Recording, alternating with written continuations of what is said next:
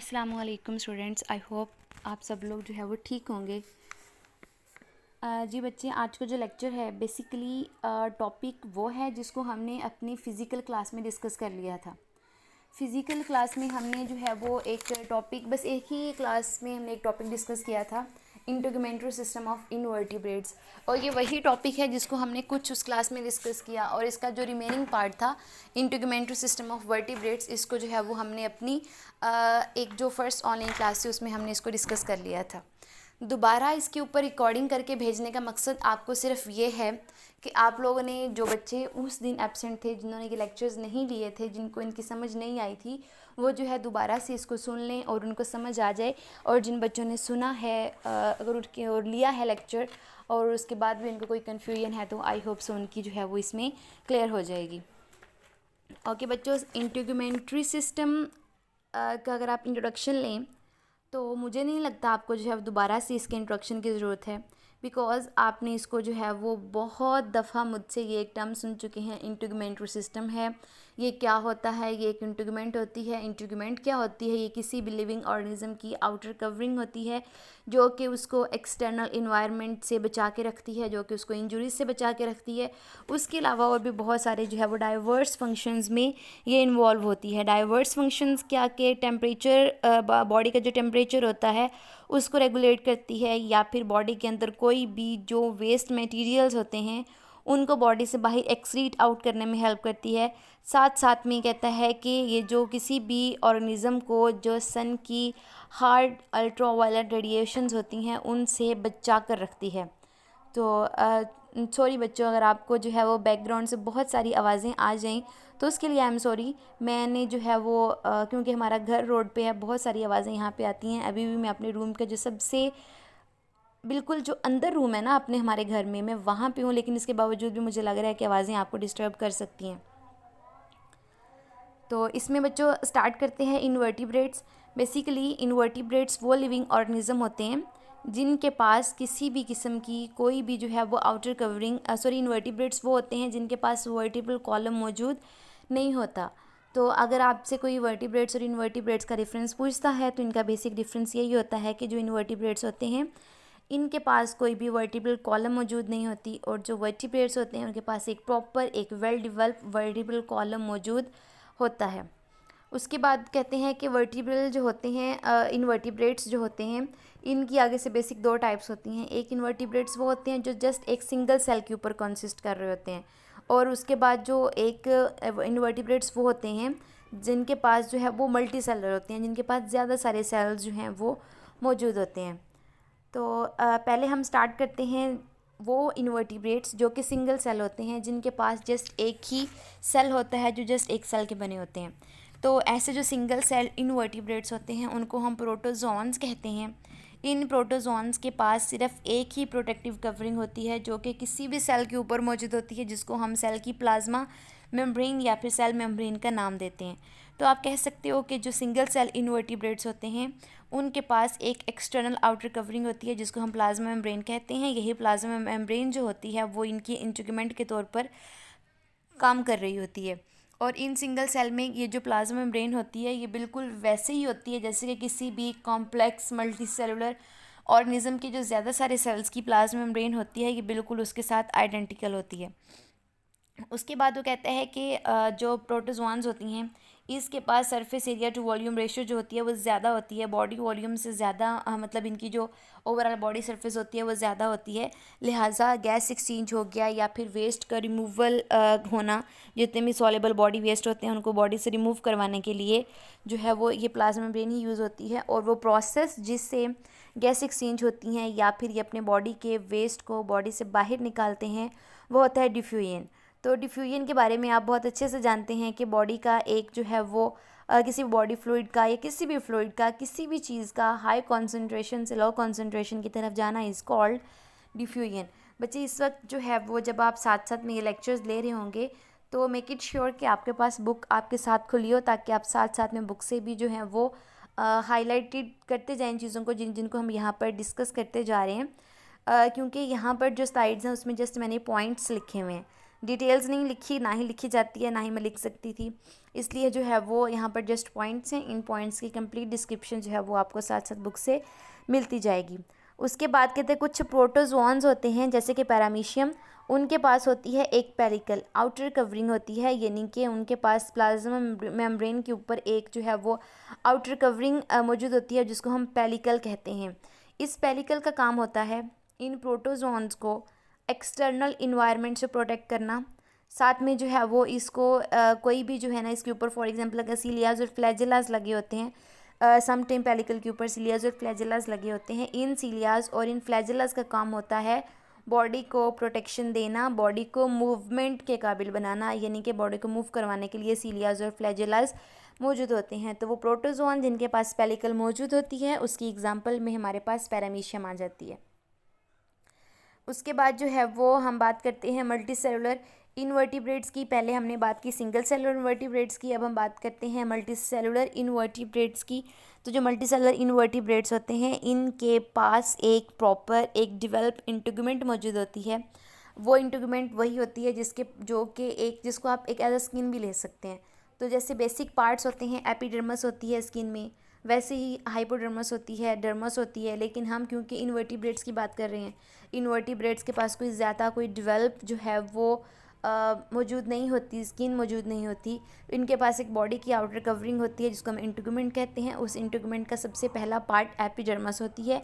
Epidermis जो होती है वो एपिथेलियल सेल्स की जो है वो बनी होती है। एपिथेलियल सेल्स मौजूद होते हैं, कॉलमनर एपिथेलियल सेल, कॉलमनर यानी कि लंबे, एपिथेलियल सेल वो जो बहुत सिंपल से और सेल्स मौजूद होते हैं। एपिडर्मस, कीप इन माइंड कि एपिडर्मस जो होती है वो ज़्यादातर डेड होती है, इसके अंदर जो सेल होते हैं वो लिविंग नहीं होते। उसके बाद एपिडर्मस के सेल जहाँ पर अटैच होते हैं उसको हम कहते हैं बेसमेंट मेम्ब्रेन। बेसमेंट मेम्ब्रेन क्या होती है, ये वो बेसमेंट होती है, ये वो बॉटम होता है जहाँ पर एपिडर्मस के सेल्स आकर अटैच हो रहे होते हैं। इसी वक्त आपने अगर अपनी साथ में बुक खोली हुई हो तो इसमें पेज नंबर 436 के ऊपर जो है वो आपको दिखाई दे रहा होगा कि एपिडर्मस है, एपिडर्मस के बिल्कुल नीचे बेसमेंट मेम्ब्रेन है। बेसमेंट मेम्ब्रेन वो पॉइंट है जहाँ से एपिडर्मस के सेल इमर्ज होते हैं, बाहर निकलते हैं। उसके बाद आते हैं कनेक्टिव टिश्यूज़। बेसमेंट मेम्ब्रेन के नीचे मौजूद होते हैं कनेक्टिव टिश्यूज़ जिनका काम होता है डिफरेंट टिश्यूज़ को, डिफरेंट सेल्स को आपस में कनेक्ट करके रखना। समटाइम्स क्या होता है कुछ इनवर्टिब्रेट्स के पास कुछ ग्लैंडुलर सेल्स भी मौजूद होते हैं।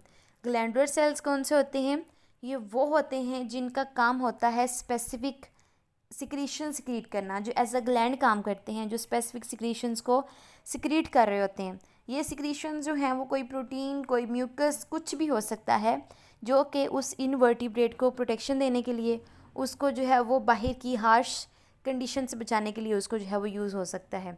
सम इनवर्टिब्रेट्स होते हैं जिनके पास क्यूटिकल मौजूद होती है। ये क्यूटिकल भी जो है उन इनवर्टिब्रेट्स को प्रोटेक्शन देती है, उनको जो है वो आप कह सकते हो कि वाटर लॉस से बचाती है, उनके बॉडी के स्ट्रक्चर को मेंटेन करके रखती है। तो ये तमाम जो होती हैं वो स्पेशलाइज स्ट्रक्चर्स जो हैं वो मौजूद होते हैं। सम टाइम के तक कुछ एनिमल्स होते हैं जैसे रोटिफर्स, उनके पास क्यूटिकल्स थिन होती है और इलास्टिक होती है। ये बातें जो हैं वो आपकी बुक के ऊपर लिखी हुई हैं। लेकिन कुछ अदर इनवर्टिब्रेट्स होते हैं जिन जैसे कि इंसेक्ट वगैरह हो गए, क्यूटिकल्स तो उनके पास भी मौजूद होती है। उस क्यूटिकल का काम वो ज़्यादा थिक होती है, वो ज़्यादा रिजिड होती है और वो उनकी पूरी बॉडी को सपोर्ट कर रही होती है। ये जो क्यूटिकल बेसिकली किस चीज़ के ऊपर कंसिस्ट कर रही होती है, काइटिन आता है, साथ में प्रोटीन्स होती हैं। काइटिन और प्रोटीन्स जो होती हैं वो आपस में जब क्रिस क्रॉस फैशन में अरेंज हो जाती हैं तो इसको जो है वो एक क्यूटिकल बना देती हैं। देन इसका भी एक डिसएडवांटेज होता है। डिसएडवांटेज वही होता है जो कि आप मोल्टिंग, एक्डाइसिस, ये सब कुछ पढ़ चुके हैं कि इसके होते हुए, क्यूटिकल के होते हुए कोई भी इनवर्टिब्रेट जो है वो साइज़ में ग्रो नहीं कर सकता। लिहाजा जब थोड़ा सा टाइम गुजर जाता है तो इन ऑर्गेनिज्म को अपनी उस क्यूटिकल को शेड करना पड़ता है, उसको उतारना पड़ता है, ताकि जो है वो थोड़े से ड्यूरेशन के बाद वो जब अब इनफ साइज़ में ग्रो कर लेते हैं तो वो अपनी उस क्यूटिकल को दोबारा से जनरेट कर लेते हैं। फिर जो है वो नॉर्मली थोड़ा सा टाइम गुजारते हैं, फिर जब कुछ टाइम गुजर जाता है अगेन वो अपनी उस क्यूटिकल को शेड करते हैं, उसको उतारते हैं, देन साइज़ में थोड़ा सा ग्रो करते हैं, देन अगेन जो है वो न्यू क्यूटिकल रीजनरेट कर लेते हैं। इस प्रोसेस को हम एक्डाइसिस का या फिर मोल्टिंग का नाम देते हैं। उसके बाद कहता है कि अगर आप इसी पेज के ऊपर कंटिन्यू रहें और अगर आप देखते ही जाएं तो यहाँ पर वो नाइडेरियंस की एग्जांपल देता है, जैसे हाइड्रा। इनमें जो एपिडर्मिस होती है वो जस्ट वो 1 सेल थिक होती है। 1 सेल थिक का मतलब कि उनके पास एपिडर्मिस की एक ऐसी लेयर होती है जो कि सिर्फ एक एक सेल की बनी हुई होती है, मतलब उसके पास ज़्यादा सारे सेल्स की नहीं बल्कि एक ही सेल की लेयर होती है। लेकिन कुछ बाकी जो नाइडेरियंस होते हैं उनके पास उनके एपिडर्मिस में म्यूकस ग्लैंड्स भी मौजूद होते हैं। जैसे अभी हमने कहा कि कुछ के पास ग्लैंडुलर सेल्स होते हैं जिनका काम होता है कैल्शियम कार्बोनेट सिक्रीट करना, कैल्शियम कार्बोनेट को शेल्स के अंदर सिक्रीट करना। देन ये जो आउटर कवरिंग्स होती हैं, ये जो शेल होते हैं, देन ये लिविंग ऑर्गेनिज्म को जो है वो डिफरेंट, आप कह सकते हो कि डिफरेंट प्रेडेटर वगैरह से, डिफरेंट डेंजर से उनको बचा कर रखते हैं। उसके बाद वो कहता है कि यहाँ पर वो टिगमेंट को डिस्कस करता है, इंटीग्यूमेंट और टिगमेंट। इंटीग्यूमेंट जो होती है वो आप कह सकते हो कोई भी आउटर कवरिंग जो किसी भी लिविंग ऑर्गेनिज्म के अंदर मौजूद होती है।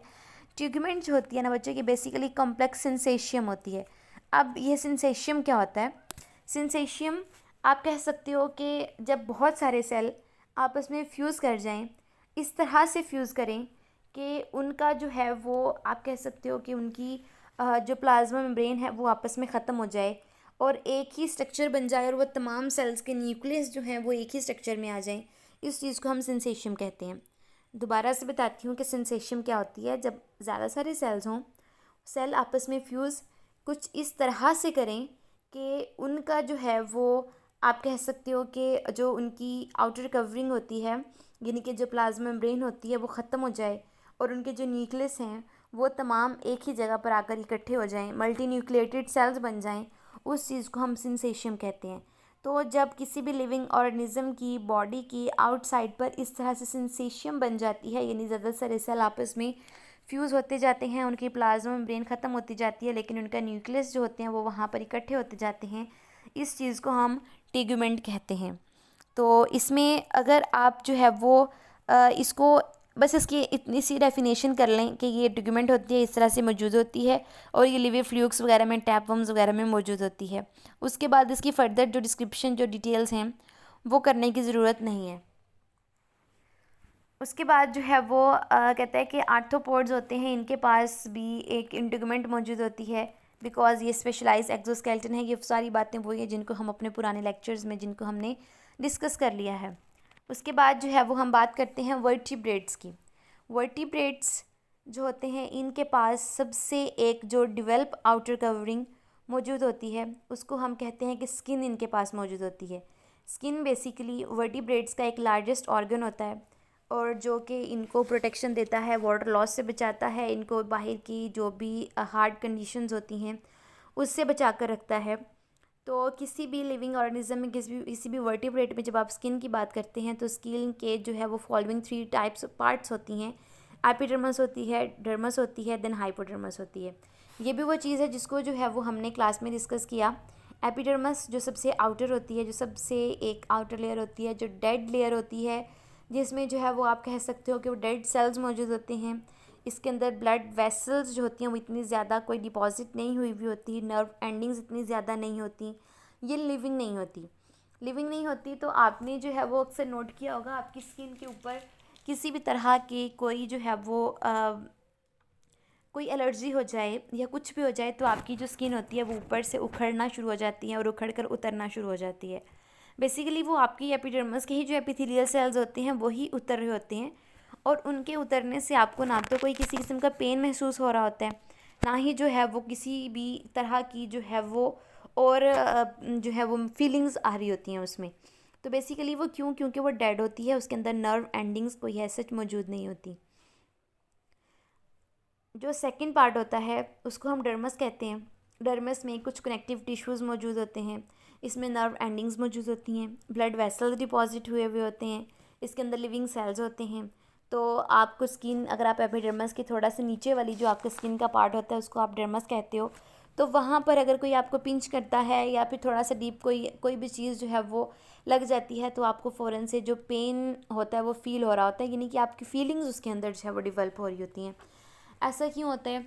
क्योंकि नर्व एंडिंग्स मौजूद होती हैं, बहुत सारे रिसेप्टर्स जो होते हैं वहाँ पर मौजूद होते हैं। मैकेनो रिसेप्टर्स होते हैं डिफरेंट मैकेनिकल स्टिमुलाई को रिसीव करने के लिए, यानी कि कोल्ड हो गया, वार्म हो गया, उसके अलावा पेन है, टच है, इन चीज़ों को महसूस करने के लिए जो है वो डिफरेंट रिसेप्टर्स वहाँ पर मौजूद होते हैं। उसके बाद हम बात करते हैं हाइपोडर्मस की। हाइपोडर्मस बेसिकली डर्मस के नीचे मौजूद होता है, third part of the skin है। यहाँ पर भी जो है वो लूज कनेक्टिव टिश्यूज़ मौजूद होते हैं। जो एडिपोज टिश्यूज़ होते हैं वो भी हाइपोडर्मस में मौजूद होते हैं। इसके साथ साथ बहुत सारी नर्व एंडिंग्स भी मौजूद होती हैं। तो क्वेश्चन ये उठता है कि एडिपोज टिश्यूज़ बेसिकली बच्चे जो भी आप फैट जो भी आपकी बॉडी के अंदर डिपॉजिट हो रही होती है, बेसिकली वो फैट जो होती है वो हाइपोडर्मस के अंदर एडिपोज टिश्यूज़ के अंदर स्टोर होती है। तो अगर फ़ैट डिपोजिशन ज़्यादा है तो हाइपोडर्मस इनलार्ज हो जाती है, अगर फ़ैट डिपोजिशन कम है तो हाइपोडर्मस जो है वो कम रहती है। और अगर आप वर्टिब्रेट्स की जो है वो फर्दर जो है वो डिटेल्स की बात करें तो इसमें आप टाइप्स में जाते हैं तो सबसे पहले फ़िश आती हैं। इससे आगे जो एम्फीबियंस वगैरह वाले जो हैं वो हमने अपने अगले लेक्चर में डिस्कस कर लिया था। यहाँ पर जो है वो हम फ़िशेस की बात करते हैं। फ़िशेस की बेसिकली 3 टाइप्स एग्जिस्ट करती हैं। जॉलेस फ़िशेस होती हैं, कार्टिलेजिनस फ़िशेस होती हैं, बॉनी फ़िशेस होती हैं। जॉलेस फ़िशेस वो होती हैं जिनके पास कोई स्पेसिफिक कोई डेवलप जॉज वगैरह के स्ट्रक्चर्स मौजूद नहीं होते। इसकी एग्जांपल में लैम्प्रेज और हैग फ़िशेस आ जाती हैं। लैम्प्रेज और हैग फ़िशेस जो हैं वो इनकी पिक्चर्स मैं आपको दिखा देती हूँ ताकि आपको जो है वो थोड़ा सा इनका आइडिया हो जाए। तो ये लेक्चर कंप्लीट होने के बाद मैं आपको इनकी जो है वो पिक्चर्स दिखाती हूँ। उसके बाद वो कहता है कि इनके पास स्पेसिफिक कुछ ग्लैंड्स मौजूद होते हैं। ये ग्लैंड्स डिफरेंट सिक्रीशंस क्रिएट कर रहे होते हैं और ये वो फिशेस होती हैं जो कि दूसरों के ऊपर एज अ प्रेडिटर काम कर रही होती हैं, दूसरों के लिए पैरासाइट के तौर पर या प्रेडिटर के तौर पर काम करती हैं। सैलम्प्रेज हैं तो ये बाकी फिशेस के ब्लड को सक करती हैं, तो इसलिए इनके पास ऐसे ग्लैंड्स मौजूद हैं जो कि बाकी अगर फॉर एग्जांपल ये लैम्प्रे जो है वो जब भी अटैक करती है किसी दूसरी फ़िश का ब्लड सक करने लगती है तो इसके पास ग्लैंड्स होते हैं जिसकी सिक्रीशंस जो होती हैं वो एंटाई कोगुलेंट होती हैं। मतलब कि इसके होस्ट के ब्लड को कोगुलेट होने से बचाने के लिए इनके पास ग्लैंड्स होते हैं जो कि सिक्रीशंस बनाते हैं। वो सिक्रीशंस इनके होस्ट जिसके ऊपर इनके अटैक कर रही होती हैं उसके ब्लड को जमने नहीं देती, कोगुलेट नहीं होने देती। उसके बाद हम बात करते हैं कार्टिलेजिनस फिशेस की। तो कार्टिलेजिनस फिशेस जो होती हैं उनके पास मल्टी लेयर्ड जो है वो इनके पास स्किन मौजूद होती हैं। इनके पास जो हैं वो स्मॉल बोन्स मौजूद होती हैं जो कि डेंटिकल्स की फॉर्म में होती हैं, जिनको हम डेंटिकल्स कहते हैं। और उसके बाद इनके पास म्यूकस और सेंसरी सेल्स भी मौजूद होते हैं। म्यूकस जिनका काम होता है म्यूकस सेल जिनका काम होता है म्यूकस सिक्रीट करना, इनकी बॉडी को स्लाइमी बनाना और ज़्यादा मॉइस्ट बनाना, सॉफ्ट बनाना। और सेंसरी सेल जो कि डिफरेंट सेंसेस को रिसीव करने के लिए इनके पास मौजूद होते हैं। डेंटिकल्स के अंदर ब्लड वेसल्स मौजूद होती हैं, नर्व्स मौजूद होती हैं जो कि बिल्कुल बाकी वर्टिब्रेट टीथ की तरह के होती हैं। उसके बाद कहते हैं कि जो कार्टिलेजिनस फिशेस होती हैं they grow through out the life, skin area also increases. हमने एक बात की थी कि जो शार्क्स वगैरह होती हैं या फिर ये अपना इनका जो बॉडी साइज़ होता है ये ग्रो करता रहता है जब तक कि किसी स्पेसिफिक साइज़ तक ना पहुंच जाए। वैसे ही जैसे हमने शार्क्स के लिए ये बात की थी कि ये अपने टीथ को दोबारा बनाती रहती हैं, उनको रिप्लेस करती रहती हैं, ओल्डर टीथ को न्यू के साथ रिप्लेस करती रहती हैं। तो ये एक स्पेसिफिक कैरेक्टरिस्टिक है जो कि कार्टिलेजिनस फिशेस में शार्क्स जो होती हैं उनके अंदर पाई जाती है। उसके बाद जो आती है बॉनी फिशेस की अगर हम बात करें तो जो बॉनी फिशेस होती हैं उनके पास बोन्स होती हैं और इन बोन्स को जो है वो हम स्केल्स का नाम देते हैं। और कहते हैं ये जो बोन्स होती हैं ये कोई इतनी ज़्यादा हार्ड और इतनी कोई ज़्यादा मिनरलाइज नहीं होती जितने के बाकी वर्टिब्रेट्स की बोन्स होती हैं, बल्कि बहुत सिंपल सी बोन्स होती हैं। और इनकी बोन्स का सिंपल होना क्यों ज़रूरी है, बिकॉज़ इन्होंने वाटर के अंदर रहना होता है और वाटर के अंदर रहने के लिए जो है वो इनको आप कह सकते हो कि इनको लाइट वेट चाहिए।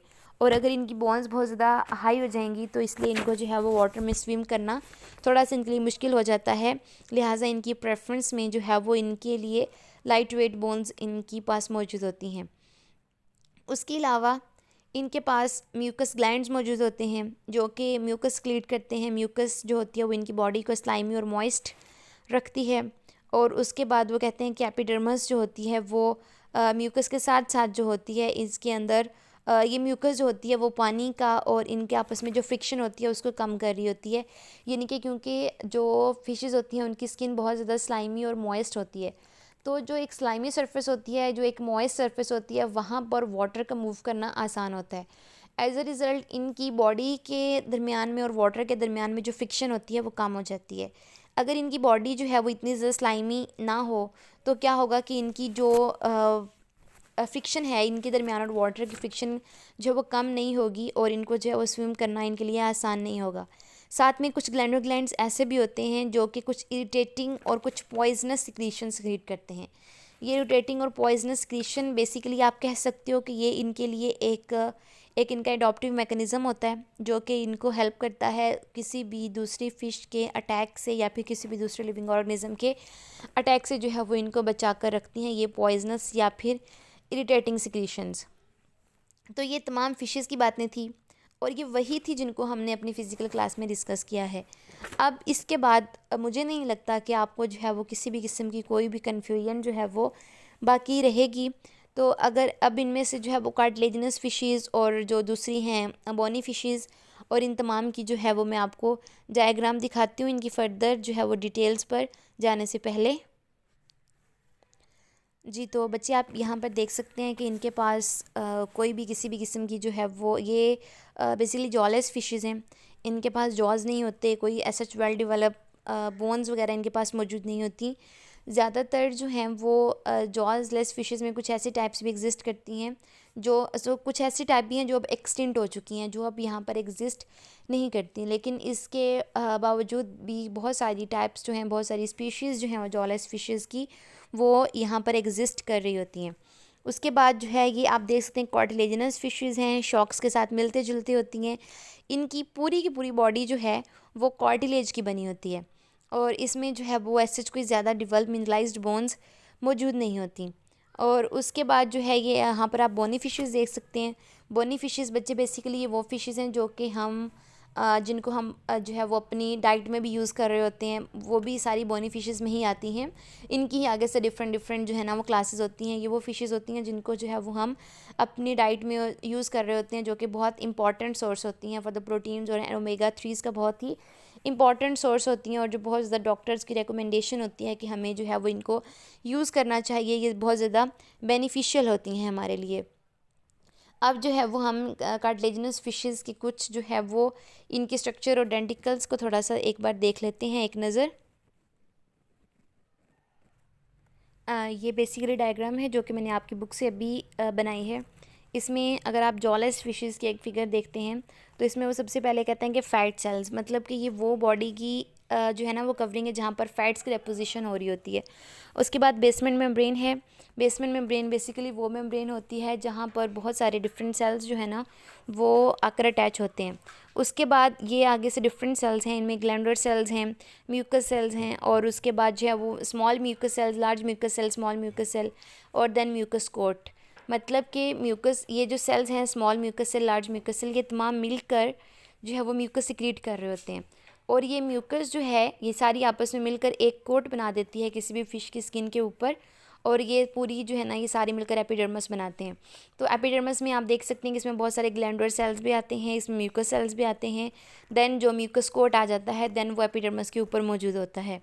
एपिडर्मस के नीचे आती है डर्मस और डर्मस के नीचे आ जाती हैं हाइपोडर्मस और हाइपोडर्मस वो होती है जो कि जहाँ पर जिसके अंदर फैट्स स्टोर हो रहे होते हैं। और ये एक जॉलेस फ़िश की स्किन का एक स्ट्रक्चर जो है वो यहाँ पर बना हुआ था। नीचे जो है वो एक कार्टिलेजिनस फ़िश जो है ना उसका वो दिखा रहा है कि यहाँ पर किस तरह से उनके जो एक डेंटिकल जो हैं वो बने होते हैं। तो ये सबसे पहले इनेमल बेसिकली बच्चे कोई भी एक लेयर होती है जो कि जैसे हमारे टीथ हैं इनके ऊपर भी एक लेयर चढ़ी होती है इनेमल। तो ये कार्टिलेजिनस फ़िशेज़ के पास भी ऐसा ही होता है। ये इनेमल बेसिकली जो टीथ होते हैं इनको बचा रही होती है कोई भी जो होती है ना हमारी जो डाइट होती है उसके गर्म ठंडा होने से या फिर डिफरेंट माइक्रो ऑर्गेनिज्म के अटैक से जो है उसका काम होता है हमारे टीथ को बचाना। देन डेंटाइन, पल्प और ये सारे मिलकर डेंटिकल्स बनाते हैं। उसके बाद एपिडर्मस है। एपिडर्मस के नीचे जो है वो पिगमेंट सेल्स की एक लेयर आती है। देन लूज डर्मस और कॉम्पैक्ट डर्मस। लूज डर्मस इसमें सेल लूजली अटैच होंगे, कॉम्पैक्ट डर्मस इसमें सेल जो हैं वो कॉम्पैक्टली अटैच होते हैं। तो ये तमाम जो थी वो बातें थी जिसको जो है वो हमने डिस्कस किया है अपने पूरे लेक्चर में और उसके अलावा साथ साथ फ़िज़िकल क्लास में भी।